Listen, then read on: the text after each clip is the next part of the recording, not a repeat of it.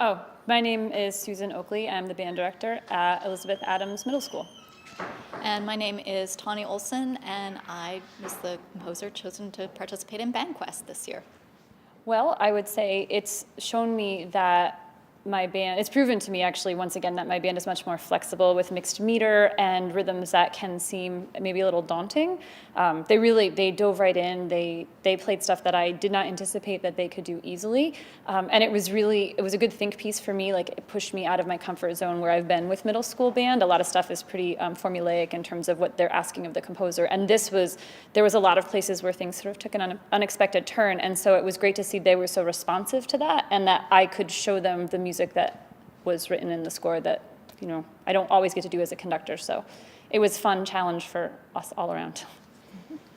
And this was my first piece for band and also my first piece for young performers. And it was really exciting both to dive into the world of band and specifically the world of middle school band. So one of the things I can say that I've learned about myself, I guess,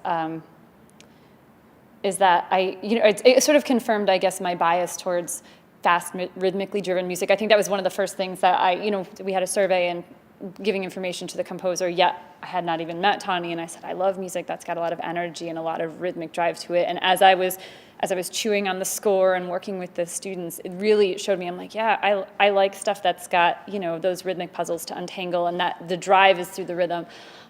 It's just a lot of fun, and I think personally, I connect well with music that's got that rhythmic drive. So sort of just reminding me about what I really prefer. Mm-hmm. You also said that you really like counterpoint. And there was a lot of counterpoint in that piece. A lot of counterpoint. Maybe I don't like it quite as much as I used to. But yeah, so I know I was wondering if you might have regretted saying that when you got the score. No regrets. No, it was a good piece.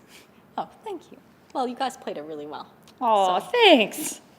Yeah, I think I really enjoyed writing for middle school band, and I didn't know whether I would like it or not going into it because I'd never done it before, but it was really fun. And I think some of the things that made it fun were the fact that the band here is a fantastic group, and that Sue is just really wonderful to work with. Like, she's a great band director to the students, but she's also like a really good collaborator in that I felt like you were willing to really try some difficult and scary things, but you were also from the beginning very honest about, here are some of the stronger sections in the band, and here are some that have some challenges, and here are the ranges that these my students are comfortable playing in. So I felt like I had a really clear set of guidelines, and so if I decided to push a section and give them something difficult, I would know, all right, these guys are, this section are very, very strong, they can handle this, and this section, they might struggle with this, but I know that I'm giving them a challenge, and I'm prepared, for whatever consequences that there might be of that. But I didn't suffer too many consequences, which means I probably made you work a little bit harder. But yeah, so that was really, really helpful. And also I also appreciated your positive feedback that you were able to tell me which parts of the piece you really enjoyed and which mm-hmm. things you thought worked. That actually meant a lot to me and was really helpful. Oh, so thank you for that. I liked that there was a space to get into the piece, because I know Tawnie sent me a draft of the score, and I looked through it and I played through all the parts, but sometimes you don't know until you're into a piece and really into it, maybe a month or two in, what's working and what's not.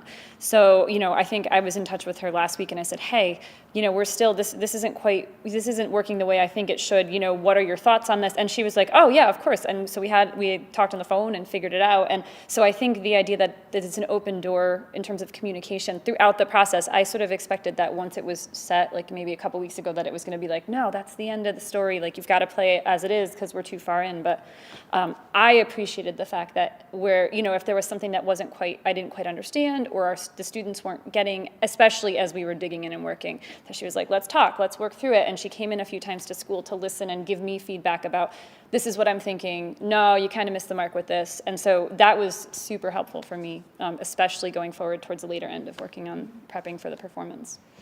And I think it was helpful for me too. When you're in your studio composing, certain things can seem really obvious to you that are not obvious in the score. So it was helpful to come and be like, oh, I did not explain that clearly enough. I did not give enough detail, and to sort of find that out early enough in the process. And because I'm here, we could talk about it, but I also know, all right, well, this is what needs to go in the performance notes for the score. This is what needs to go in other places. I have to say, there is an art to communicating with a composer when you're a conductor, and there's, I think, an art to talking to a conductor or performer when you're a composer, and establishing mutual respect and trust right from the get-go, I think is for me anyway, really important. And I felt like we had that, like right from the get-go, we had a really good rapport, and I trusted Sue, and I felt like you trusted me, and we each made it clear to each other that we respected each other's expertise. I know that she knows her band, and she knows what's going to work for them, and I listened to you and tried to really take that in, to be open to any advice that you would have. And I felt like you respected me as a composer, and you know, and so you wanted my input into, okay, well, how is this phrase going to work, or what is this section really doing? And so yeah, I think because we had that trust and respect, it really made working together a lot more fun and productive. Well, and just to piggyback on that, I am very careful with who comes in here. I mean, I want my students to have a range of experiences and to work with different professionals, you know, in the music industry across the board, performers, composers, arrangers. But I am careful who comes and actually works with them. And so I think for me, that was part of the beginning process of, okay, is this relationship between us going to work? And if that works, then is she going to be the right fit for my band? And then, you know, after I met her, I'm like, this is going to be awesome. There's no problems here. And so I know that that was something that was first and foremost, you know, someone could be the best composer in the world, but they might not be the right fit to work, especially with a middle school band. But Tawnie came in and was just really willing to listen. And I think for me, that's a huge factor with the success of any project with a middle schooler is an adult willing to listen to where they're coming from and what they want and what they need. And yeah, she was just all ears and was like, all right, you like Family Guy? I'll see what I can do to help you in that direction. But it's already been written.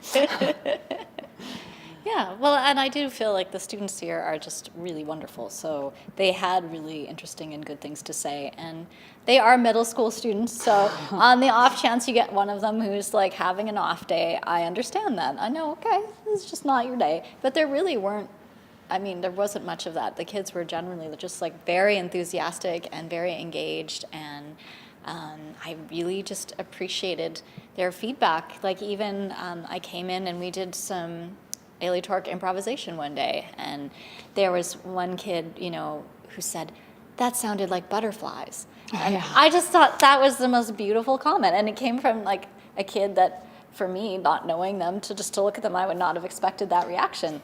But it was a really perceptive, beautiful reaction, and I think I hadn't really known whether I was going to use any aleatory in the piece. But after that, I was like, all right, this is a group where I can try this out, and they'll embrace it. Yeah. Well, I think one of my goals going in was the idea that, you know, you try and show them that music is, you know, it's similar to what they're doing in English class, that when people write music, it's a process. It's not a one and done, which they, you know, it's a hard concept in middle school to understand that anyway, but that it can move, especially if you're working with a composer, that it can be flexible and it can be responsive and it can adjust, that, you know, just because you've written something down the first time doesn't mean that it's the forever.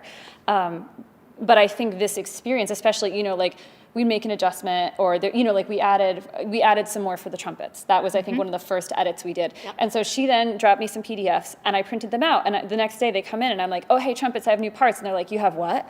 And they're so confused. I'm like, no, we're not going to use the May 5th parts. We're going to use the May 10th parts. And they're like, wait, there's more than one? And they were so confused. But then they were like, oh. And so as I kept printing off more parts, they would be like, oh, of course, there's going to be revisions. There's going to be edits. Or say, take your pencil. We're going to adjust this.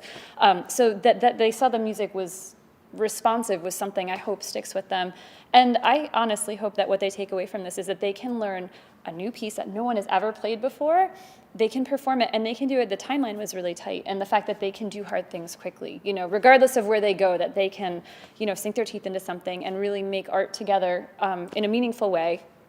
And it doesn't take a ton of time. That they just came together and had fun and played, and we had some popcorn too, actually. So that's so great.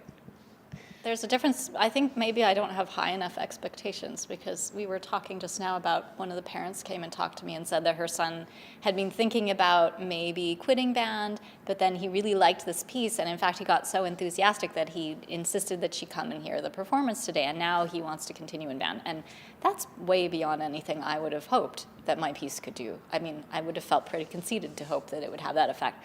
But I feel like that is the biggest compliment I could ever have as a composer, that it made a kid want to continue in music, or, you know, contribute to that in some way. Yeah, that means so much to me. But I also think it was fun because a lot of the kids had never done any aleatory before, and it was really fun to see them learning how to listen to each other and work together in a different way from their usual method of interacting in band class. And they did really get into it. Like, they really did and you did a great job of leading them. Like, there was a whole problem-solving process in getting that section to work. Yep. But once we figured out, we'd divide them into groups, and then, you know, and I was able to explain what I should have put in the score about the shape that I wanted. Then I think it really came together in a way that, I don't know, at least made me really happy, and the kids seemed to enjoy it, even though they were scared of it at first. So I felt like that was kind of a fun thing for them, and I think at the end of the day, it's really great for them to just have a first-hand experience of a living composer. And not just have some adult say, there are living composers, or sort of know that John Williams is off there somewhere writing the soundtrack of the next Star Wars movie, you know, like, but to meet just a regular person who writes music and realize that they could maybe write music, you know? I think that's kind of a nice thing for them to encounter and realize.